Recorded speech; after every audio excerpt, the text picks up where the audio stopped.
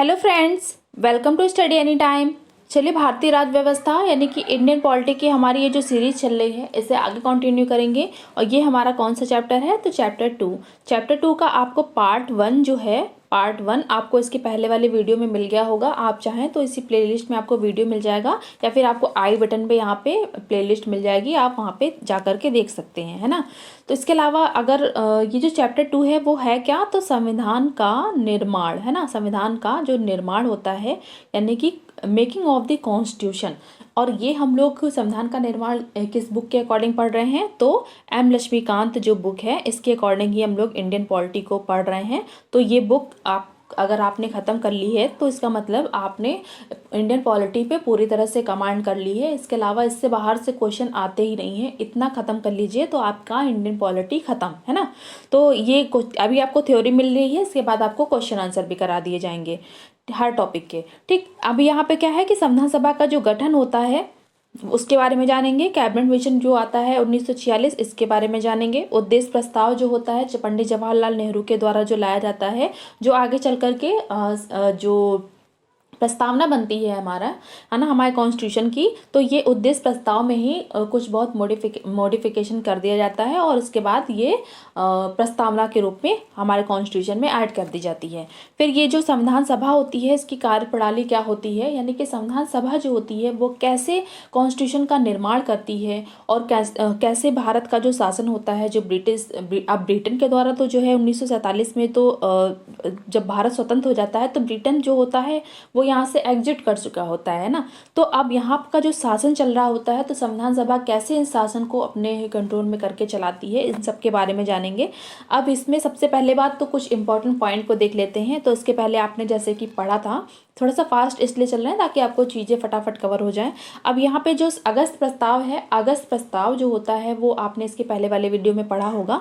अगस्त प्रस्ताव जो होता है वो किस लिए लाया जाता है? क्योंकि 1939 में जो सेकेंड वर्ल्ड वॉर स्टार्ट हो जाता है और जो कि 1942 तक चलता है, तो इस 1939 में ये जो सेकेंड वर्ल्ड वॉर स्टार्ट होता है इसमें भारतीयों को शामिल करने के लिए अंग्रेजों के द्वारा एक तरह से ये चाल होती है कि कैसे भी भारतीयों को इसमें शामिल किया जाएगा, और इसमें अगर भारतीय को शामिल नहीं किया जाएगा तो ब्रिटेन युद्ध में हार सकता है, जो सेकेंड वर्ल्ड वॉर है ना, इसमें हार सकता है। इसलिए शामिल करने के लिए अगस्त प्रस्ताव लाया जाता है।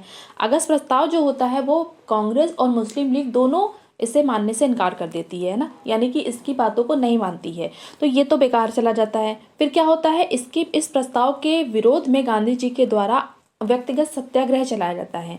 ये भी 1940 में चलाया जाता है। अब गांधी जी जो है, व्यक्तिगत सत्याग्रह जो होता है वो गांधी जी के द्वारा एक तरह से चलाया गया ब्रिटिश सरकार के विरुद्ध नैतिक आंदोलन होता है ना, नैतिक आंदोलन।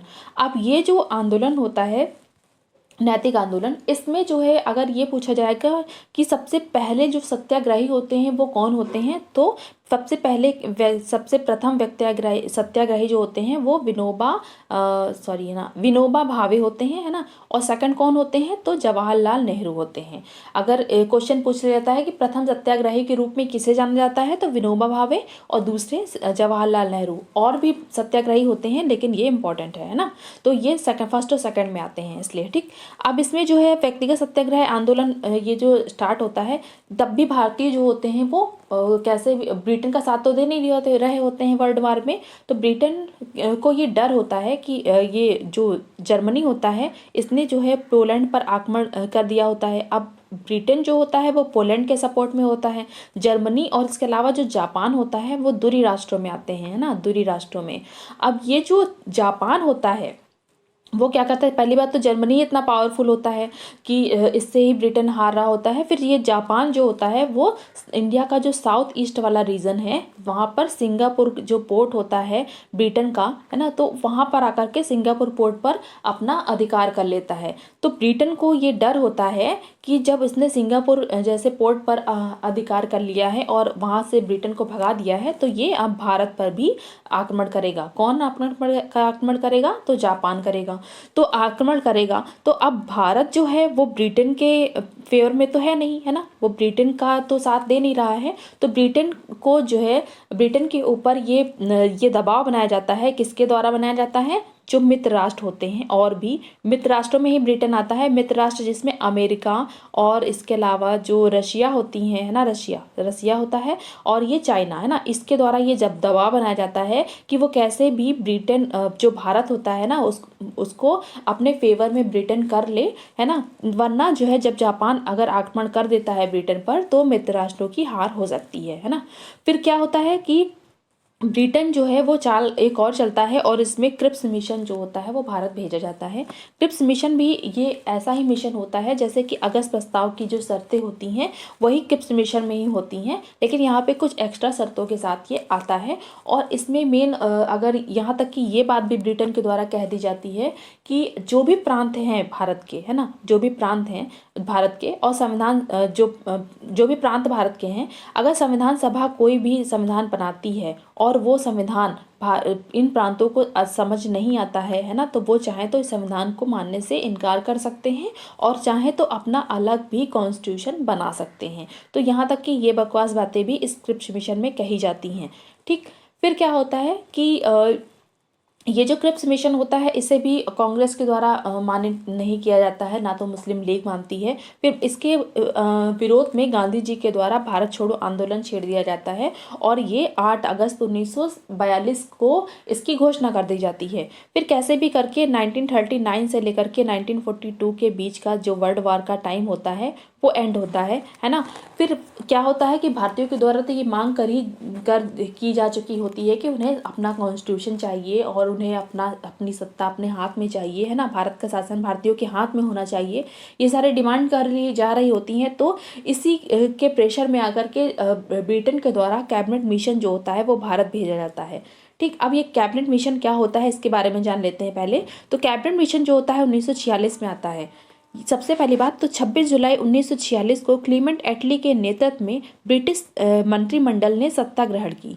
यानी कि जो ब्रिटेन है वहाँ पर किसका मतलब कौन आता है, तो क्लीमेंट एटली होते हैं, वो वहाँ के ब्रिटिश मंत्रिमंडल के रूप में प्रधानमंत्री के रूप में वहाँ पर आते हैं, है ना। फिर यहाँ पे क्या होता है कि जो 19 फरवरी को और 1946 को भारत के जो सचिव होते हैं, जो भारत के सचिव बनाए जाते हैं, तो भारत के सचिव कौन होते हैं, लॉर्ड पेंथिक लॉरेंस।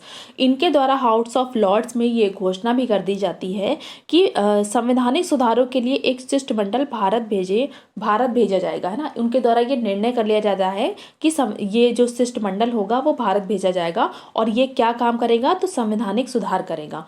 क्वेश्चन पूछा जाता है कि कैबिनेट मिशन योजना जो होती है वो किस लिए भारत आती है, तो संवैधानिक सुधारों के लिए भारत आती है ना। इस समिति में 3 सदस्य शामिल होते हैं। वो कौन से 3 सदस्य होते हैं, तो व्यापार बोर्ड के अध्यक्ष जो होते हैं, यहाँ पे आप देख सकते हैं chairman of the board trade, है ना, यहाँ इंग्लिश वाले इधर देख सकते हैं। तो अध्यक्ष होते हैं सर स्टेफर्ड क्रिप्स होते हैं। सेकंड कौन होता है, सेकंड सैन्य जो सदस्य होते हैं एवी अलेक्जेंडर होते हैं। फिर भारत सचिव जो होते हैं यानी इंडियन सेक्रेटरी कौन होते हैं, लॉर्ड पेंथिक लॉरेंस होते हैं। फिर लॉर्ड पेंथिक लॉरेंस जो होते हैं वो इन्हें इस समिति का अध्यक्ष भी बनाया गया होता है। ठीक, तो ये सारे इंपॉर्टेंट पॉइंट होते हैं इसके कैबिनेट मिशन के।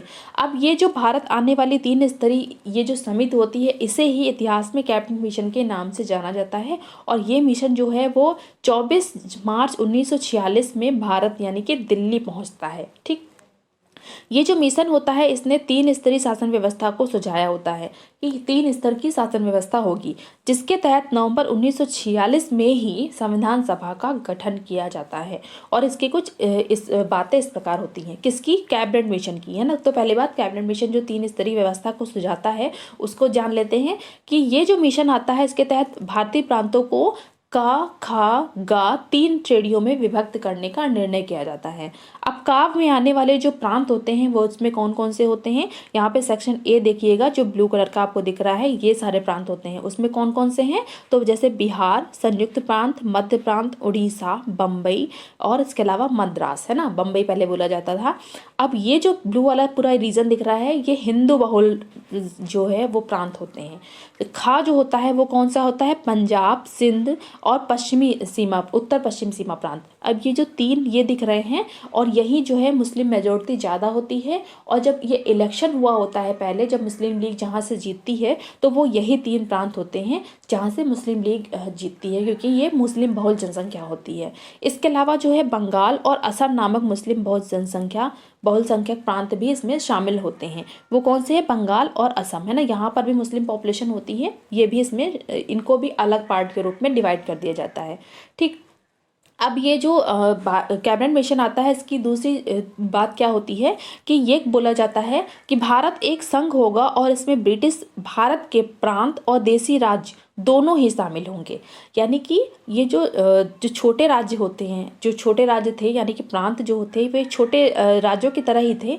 इन प्रांतों को ऐसे, मतलब कि इन प्रांतों से संबंधित लोगों को ऐसे डिवाइड किया जाएगा कि प्रत्येक 10 लाख पर, है ना, प्रत्येक 10 लाख पर जो है वो एक सीट का निर्धारण किया जाएगा इलेक्शन लड़ने के लिए। ठीक, अब इसमें थर्ड पॉइंट क्या आता है कि प्रत्येक ब्रिटिश प्रांत को आवंटित की गई सीटों का निर्धारण 3 प्रमुख समुदायों के बीच में किया जाना था। वो 3 समुदाय कौन होते हैं? तो मुस्लिम, सिख और सामान्य समुदाय, और इनके बीच में ही ये किया जाता है। ये जो प्रांत होते हैं इनको ये भी शक्तियाँ दी गई होती हैं इस कैबिनेट मिशन के तहत कि उनकी जो अपनी कार्यपालिका है ना, कार्यपालिका और इसके अलावा जो विधायिका होगी, विधायिका, है ना, उससे संबंधित जो भी इसके संबंध में जो भी निर्णय होंगे वो प्रांत जो है अपने आप से ले सकता है। लेकिन जब केंद्रीय विधायिका की बात आएगी, है ना, केंद्रीय विधायिका की जब बात आएगी तो इसमें अगर सांप्रदायिक संबंधी कोई भी प्रश्न होता है, सांप्रदायिक प्रश्नों पर कोई भी निर्णय करना होता है, तो वो उस केंद्रीय विधायिका में, इस केंद्रीय विधायिका में जो लोग भी उपस्थित होंगे और जो भी मत देने वाले लोग होंगे, उनके सामान्य बहुमत के आधार पर ही निर्णय किया जाएगा, है ना। सामान्य बहुमत होगा तभी निर्णय किया जा सकता है। ठीक, यानी कि अगर जो भी प्रांत होते हैं, है ना, ये जो प्रांत होते हैं उनमें कार्यपालिका और विधायिका से संबंधित जो भी मेन निर्णय होते हैं, यानी कि कार्यपालिका अगर देखा जाए तो, है ना, तो इससे संबंध में जो निर्णय होगा वो प्रांत अपने आप ले सकते हैं। लेकिन अगर विधायिका से संबंधित निर्णय लेना है तो उसे विधि बनाने से संबंधित, तो उसे पहली बात तो सामान्य बहुमत के आधार पर जो भी उपस्थित लोग होंगे और जो भी मत देने वाले होंगे उनके सामान्य बहुमत के आधार पर होगा। ठीक, इतना आपको समझ में आ गया होगा। फोर्थ क्या है कि प्रत्येक समुदाय के प्रतिनिधियों का चुनाव उसी समुदाय के सदस्यों द्वारा, यानी कि जैसे कि मुस्लिम बहुल संख्या है तो मुस्लिम पॉपुलेशन के लोग, जो मुस्लिम मेजॉरिटी के लोग उसी को वोट देंगे जो मुस्लिम सदस्य खड़ा होगा। ठीक, अब सिख बहुल जनसंख्या है, वो सिख को वोट देंगे और सामान्य समुदाय वाले लोग सामान्य को। ठीक, तो एकल संक्रमणी मत के आधार पर समानुपातिक प्रतिनिधित्व के माध्यम से ये इलेक्शन होना था। फिर क्या है कि जो देसी रियासतें होंगी इनके प्रतिनिधियों का चयन उसी रियासत के प्रमुखों के द्वारा किया जाएगा। ये जो देसी रियासतें थी इस पे किसका शासन होता था? तो राजा महाराजा होते थे। अब राजा महाराजा अगर किसी को ये जो, यानी कि जो राजा महाराजा थे या फिर ऊंचे पद पर जो लोग थे, वो जिसको भी सेलेक्ट कर देंगे कि ये इस इलेक्शन में खड़ा होगा, उसी को मतलब इलेक्शन में नहीं, उस जिसको भी सेलेक्ट कर दे कि ये इस रियासत की तरफ से ये इंसान जो है भारत का, मतलब यहाँ इस प्रांत का प्रतिनिधित्व करेगा, तो वो उसके लिए सेलेक्ट हो जाएगा, है ना। तो ये ऐसा कहा गया। अब इसके अलावा यहाँ पर भी और भी कुछ चीज़ें आई थी जो कैबिनेट मिशन योजना के तहत कही गई थी कि संविधान सभा में सीटों का निर्धारण किया गया था। कि ये क्या, इसमें कैसे हुआ था? ये कहा गया था कि यह निर्धारित किया गया था कि संविधान सभा में कुल जो है 389 सदस्य होंगे, है ना, 389 सदस्य होंगे, जिसमें कि 292 जो होंगे वो ब्रिटिश प्रांतों के सदस्य ब्रिटिश प्रांत, यानी कि 292 सदस्य होंगे वो कौन से होंगे? ब्रिटिश प्रांतों के। और इन ब्रिटिश प्रांतों का चयन जो होगा वो 11 गवर्नरों के प्रांतों से किया जाना था। और ये 11 गवर्नरों के प्रांतों में कौन कौन से जो प्रांत आते थे, वो प्रांत जो हैं वो कौन कौन से थे? एक बार आप सुन लीजिए बस, है ना, कि मद्रास, बॉम्बे, संयुक्त प्रांत, बिहार, मध्य प्रांत, उड़ीसा, पंजाब, उत्तर पश्चिमी सीमांत प्रांत, सिंध, बंगाल और असम, है ना। तो ये 11 गवर्नरों के प्रांतों से जो लोग होंगे, मतलब जो सदस्य होंगे इनका चुनाव किया जाएगा। और जो 4 सदस्य होंगे, 4 सदस्य का चयन जो है वो मुक्त आयुक्तों के प्रांतों से किया जाना था। इसके अलावा जो 93 सदस्य होंगे वो देसी रियासतों द्वारा मनोनीत किए जाएंगे। तो 389 में से जो 292 होंगे वो ब्रिटिश भारत के प्रांतों से होंगे, जो 4 होंगे और वो किससे होंगे, तो वो मुख्य आयुक्त के प्रांत से होंगे, और जो 93 होंगे वो देसी रियासतों के हिसाब से होंगे। तो ये इसका निर्धारण किया गया था। फिर संविधान सभा का चुनाव जो होता है वो कब होता है, जुलाई अगस्त 1946 में होता है, जिसमें जो है संविधान सभा की कुल सीटें कितनी होती हैं, 389, जैसा कि अभी आपने देखा। अब ब्रिटिश भारत के लिए आवंटित सीटें जो होती हैं 296 होती हैं, है ना, 296 होती हैं, जिसमें 4 जो होती हैं वो कौन सी होती हैं, अभी आपने देखा, 11 तो गवर्नरों के प्रांतों से होती हैं और 4 मुख्य चुनाव आयुक्तों के प्रांतों से, है ना। तो ये 296 टोटल सीटें हो गई, है ना। फिर क्या होता है कि भारतीय राष्ट्रीय कांग्रेस को मिली सीटें, इसमें से जो भारतीय राष्ट्रीय कांग्रेस को सीटें मिली होती हैं इसमें से तो 208 मिलती हैं, और इसमें जो मुस्लिम लीग को मिली हुई सीटें जो होती हैं वो कितनी होती हैं, तो 73 मिलती हैं। अब छोटे समूह व स्वतंत्र सदस्यों को मिली सीटें कितनी होती हैं, तो 15 होती हैं, और इसमें ज़्यादातर ये 15 फीमेल की संख्या होती है ना, फीमेल जो उम्मीदवार होते हैं उनकी, ठीक है। अब देसी रियासतों को आवंटित की गई सीटें जो होती हैं 93। अब इनमें जो है ये लोग इलेक्शन में भाग तो लेते नहीं हैं, तो इन्हें ये खाली, ये जो संख्या होती है ये खाली ही रह जाती है, इनका कुछ नहीं होता है, ठीक है।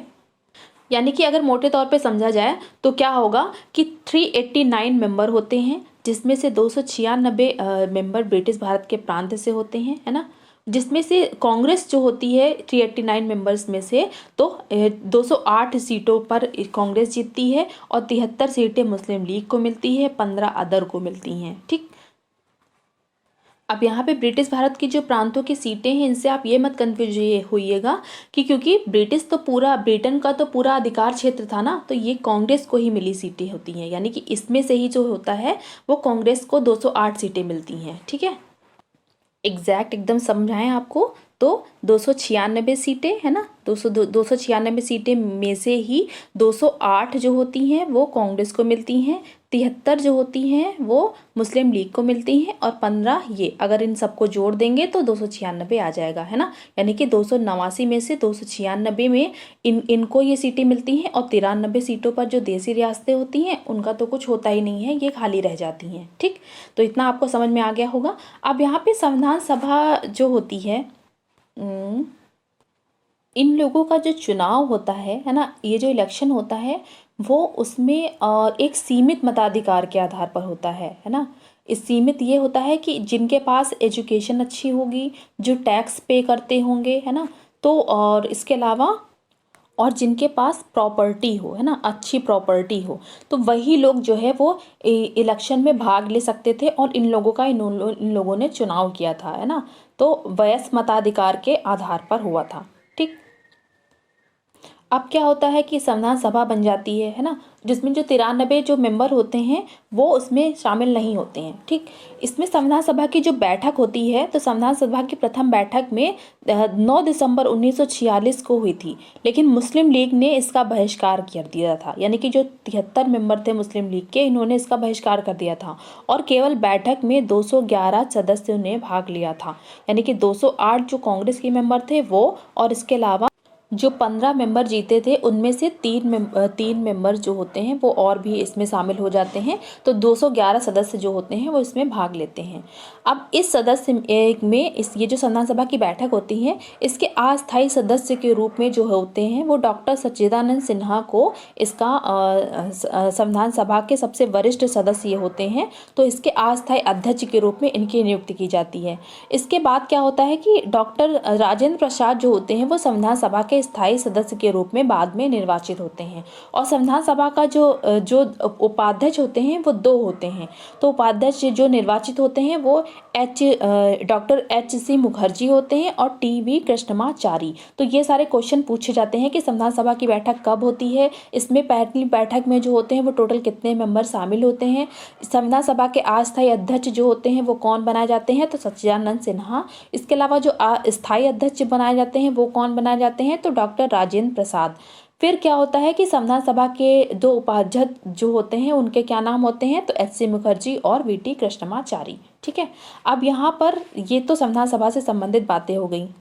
जो 93 मेंबर बने बच्चे होते हैं, है ना, जो 93 मेंबर वो कैसे आगे शामिल होते हैं वो अभी हम लोग जानेंगे। जिसमें पहली बात तो फिर क्या होता है कि जो उद्देश्य प्रस्ताव होता है ये प्रस्तुत किया जाता है। तो 13 दिसंबर 1946 को पंडित जवाहरलाल नेहरू संविधान का उद्देश्य प्रस्ताव सभा में प्रस्तुत करते हैं, जो कि 22 जनवरी 1946 को संविधान सभा के द्वारा सर्वसम्मति से स्वीकार भी कर लिया जाता है।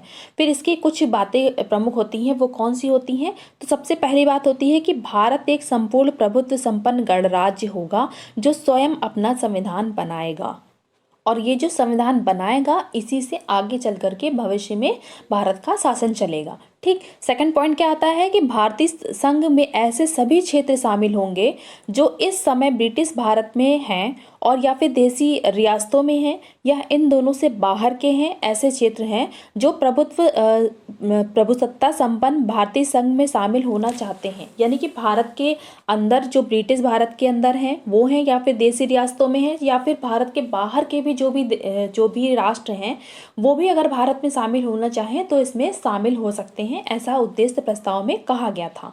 थर्ड पॉइंट क्या आता है कि भारतीय संघ तथा उसकी इकाइयों में समस्त राजशक्ति का मूल स्रोत स्वयं जनता होगी।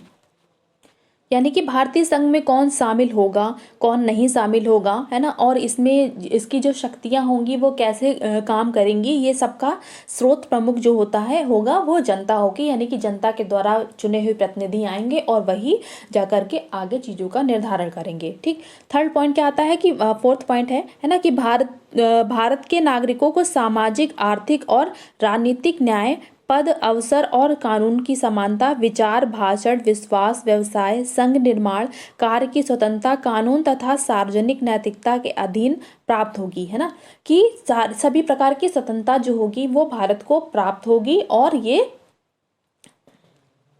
भारतीयों को एक नैतिक अधिकार के तहत मिलेगी। ठीक है, अब इसमें फिफ्थ पॉइंट क्या आता है कि अल्पसंख्यक वर्ग, पिछड़ी जातियों तथा कबायली जातियों या कि मतलब कह देंगे कि या फिर जनजातीय क्षेत्र के लोग होंगे, इनके हितों की रक्षा समुचित रूप से इसकी रक्षा की समुचित व्यवस्था की जाएगी। यानी कि इनके संबंध में जो भी नियम, कायदे, कानून होंगे उनको ध्यान में रखा जाएगा, तब ये संविधान का निर्माण होगा। ठीक, अब संघ की एकता को अक्षुण्ण बनाए रखा जाएगा और विश्व शांति एवं मानव कल्याण को बढ़ावा देने के लिए भारत के योगदान को भी सुनिश्चित किया जाएगा।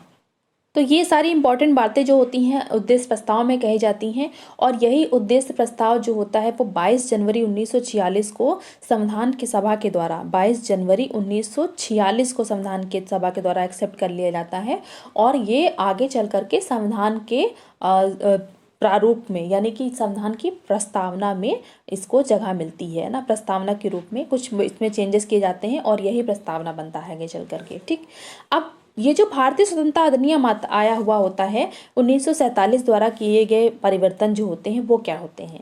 28 अप्रैल 1947 को 6 राज्यों के प्रतिनिधि सभा के सदस्य बन चुके थे। इसके पहले आपने क्या देखा था कि संविधान सभा जो होती है वो बनकर तैयार हो जाती है, जिसकी फर्स्ट मीटिंग जो होती है, फर्स्ट मीटिंग में कितने मेंबर पार्टिसिपेट करते हैं, तो 211 मेंबर।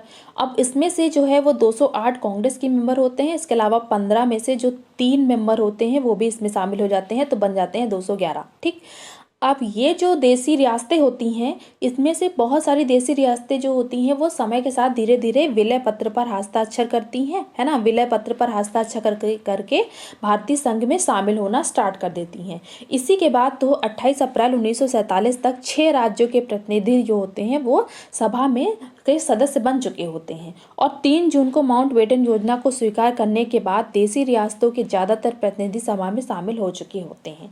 माउंटबेटन योजना जो आती है इसी के तहत ही देसी रियासतों के प्रतिनिधि शामिल होते हैं। और जो भारतीय स्वतंत्रता अधिनियम 1947 आया होता है, इसने सभा में मुख्य 3 परिवर्तन किए होते हैं। कौन से 3 परिवर्तन करता है ये? सबसे पहली बात, संविधान सभा को पूरी तरह संप्रभु निकाय बनाया जाएगा, और जो स्वेच्छा से कोई भी कानून बना सकती थी, थी। ये कोई भी कानून बना सकती थी, यहाँ तक कि इसे ये अधिकार भी था कि भारतीय स्वतंत्रता अधिनियम जो आया हुआ होता है ये, इसे भी रद्द करने का अधिकार ये रखती है। ठीक है। सेकंड पॉइंट क्या आता है कि संविधान सभा को एक विधायिका की शक्ति भी प्रदान की गई और संविधान सभा स्वतंत्र भारत की पहली संसद बनती है। विधायिका से संबंधित शक्ति क्या कि वो विधि का निर्माण करेगी। विधियां जो संविधान यानी कि विधि ऐसी बनाएगी, वो विधियां जो बनाएगी जिसमें वो संविधान का निर्माण कर सके, है ना। संविधान का निर्माण करने से संबंधित विधायिका संबंधित शक्ति के रूप में भी कार्य करेगी और स्वतंत्र भारत के लिए संसद के रूप में भी काम करेगी। और दो तरह के वो काम कौन से थे कि स्वतंत्र भारत के लिए संविधान बनाना और इसके अलावा सेकंड था कि देश के लिए आम कानूनों को लागू करना। जो भी संसद के रूप में काम करेगी तो आम कानूनों को लागू करेगी, ऐसे रूप में काम करेगी। ठीक है। अब ये दोनों जो काम करेगी संविधान सभा, वो कैसे करेगी कि जब स्वतंत्र भारत के लिए संविधान निर्माण संबंधी ये काम करेगी तो इसकी जब ये बैठक होगी तो इसकी अध्यक्षता कौन करेगा, तो इसकी अध्यक्षता करेंगे डॉक्टर राजेंद्र प्रसाद, है ना। राजेंद्र प्रसाद इसकी अध्यक्षता करेंगे। जब ये जो संविधान सभा होगी इसकी जब बैठक होगी, जब संविधान सभा के निर्माण संबंधी किसी काम को करने के लिए बैठक करेगी तो उसकी अध्यक्षता डॉक्टर राजेंद्र प्रसाद करेंगे। उसके अलावा अगर देश के आम कानूनों को लागू करने संबंधी यानी कि संसद के रूप में जब ये काम करेगी तो इसकी अध्यक्षता कौन करेगा, विधायिका संबंधी जब इसे काम करना होगा तो इसकी अध्यक्षता कौन करेगा, तो जी.वी. मावलंकर करेंगे, है ना। जी.वी. मावलंकर, है ना। तो ये दो अध्यक्ष जो होते हैं ये संविधान सभा की बैठक की अध्यक्षता करते हैं, एक डॉक्टर राजेंद्र प्रसाद और एक जी.वी. मावलंकर। राजेंद्र प्रसाद जो होते हैं वो संविधान सभा के निर्माण संबंधी कार्यों के अध्यक्ष होते हैं और जो अगर ये संविधान सभा विधायिका संबंधी काम करेगी तो इसके अध्यक्ष होते हैं जी.वी. मावलंकर। ठीक है। अब संविधान सभा जो थी वो इन दोनों ही रूपों में काम करती जा रही थी और ये काम तब तक करती है जब तक कि संविधान का निर्माण नहीं हो जाता। संविधान का निर्माण कब होता है, तो 26 नवंबर 1946 को संविधान हमारा बन करके तैयार हो जाता है। और तब तक जो है वो संविधान सभा किस रूप में काम करती है, तो एक विधायिका और इन दो रूपों में, यानी कि संविधान निर्माण करने वाली सभा और विधायिका इन दोनों ही रूपों में काम करती है जब तक संविधान का निर्माण नहीं हो जाता। ठीक है। उसके बाद थर्ड पॉइंट क्या आता है कि ये मुस्लिम लीग के सदस्यों का भारतीय संविधान सभा से अलग होना और 1946 में माउंटबेटन योजना के तहत तय की गई संविधान सभा की सीटों की कुल संख्या में परिवर्तन। अब मुस्लिम लीग के सदस्य जो होते हैं, जो मुस्लिम बहुल प्रांत होता है ना, मुस्लिम बहुल प्रांत में जिसमें कि जो सिंध होता है और पंजाब वाला रीजन होता है ना, तो ये जो प्रांत होते हैं सिंध, पंजाब और बलूचिस्तान वाले जो मुस्लिम बहुल राज्य होते हैं ये भारतीय संविधान सभा से अलग हो जाते हैं। तो उसके बाद जो होती है यहाँ की संख्या कितनी हो जाती है, तो टोटल जो है पूरी 389 मेंबर होते हैं। उनकी संख्या आकर के ये 1947 के अधिनियम के तहत कितनी कर दी जाती है, तो 299 कर दी जाती है। और इसके अलावा जो भारतीय प्रांत होते हैं उनमें 296 से लेकर इनकी संख्या कितनी हो जाती है, 229 हो जाती है। 296 से घटा करके 229 कर दी जाती है। ठीक। और इसके अलावा जो देसी रियासतों में 93 सीट मिली होती हैं इनकी संख्या घटा करके 70 कर दी जाती है ना। और इसके बाद क्या होता है, संविधान सभा अपना काम करती रहती है ना। तो इसमें आगे क्या होता है कि संविधान सभा के द्वारा किए गए जो अन्य और भी महत्वपूर्ण कार्य होते हैं वो कौन से होते हैं कि भारत का संविधान जो होता है सबसे पहली बात कब बन करके तैयार होता है, कितने साल लगते हैं, तो 2 साल 11 महीने 18 दिन में बन करके तैयार होता है और 26 नवंबर 1946 को पूरी तरह से रेडी हो जाता है। ठीक। अब संविधान सभा की कुल बैठक जो होती हैं वो 11 कितनी बैठकें होती हैं, तो 11 बैठकें होती हैं और इसके प्रारूप पर 114 दिनों तक विचार भी किया जाता है। ठीक। फिर क्या होता है कि 24 जनवरी 1950 को संविधान सभा की अंतिम बैठक होती है और 24 जनवरी 1950 को राजेंद्र प्रसाद को भारत के पहले राष्ट्रपति के रूप में चुना जाता है। ठीक। यही सारे काम किसके द्वारा किए जा रहे होते हैं, तो संविधान सभा के द्वारा ही। ठीक। फिर संविधान सभा 26 जनवरी 1950 से 1951-52 में हुए आम चुनावों के बाद बनी संसद के निर्माण तक भारत में अंतरिम संसद के रूप में काम करती है। यानी कि 1950 से 1952 के बीच में ये अंतरिम संसद के रूप में काम करती है। ठीक, संविधान सभा ने मई 1949 में राष्ट्रमंडल में भारत की सदस्यता का भी सत्यापन किया। ये काम भी संविधान सभा के द्वारा किया गया। फिर क्या हुआ, 22 जुलाई 1947 को राष्ट्रीय ध्वज को संविधान सभा के द्वारा अपनाया गया। 24 जनवरी 1950 को राष्ट्रीय गीत को अपनाया गया और 24 जनवरी 1950 को राष्ट्रीय यहाँ पे गान होगा ना, राष्ट्रीय गान को 24 जनवरी को ही राष्ट्रीय गान और राष्ट्रीय गीत दोनों को अपनाया जाता है। तो ये सारे काम जो होते हैं वो संविधान सभा के द्वारा किए जाते हैं। तो इस प्रकार से हमारी संविधान सभा जो पहले बनी होती है वो इस तरह से काम करती है और क्या क्या चीज़ें आती हैं जो आगे चल कर के संविधान का निर्माण होता है। तो अगर आपको सारी चीज़ें समझ में आ गई हो, हमारा समझाना समझ आया हो, तो प्लीज़ वीडियो को लाइक करिएगा, चैनल को सब्सक्राइब कर लीजिए ताकि आगे आने वाले वीडियो आपको मिलते रहें। Thank you.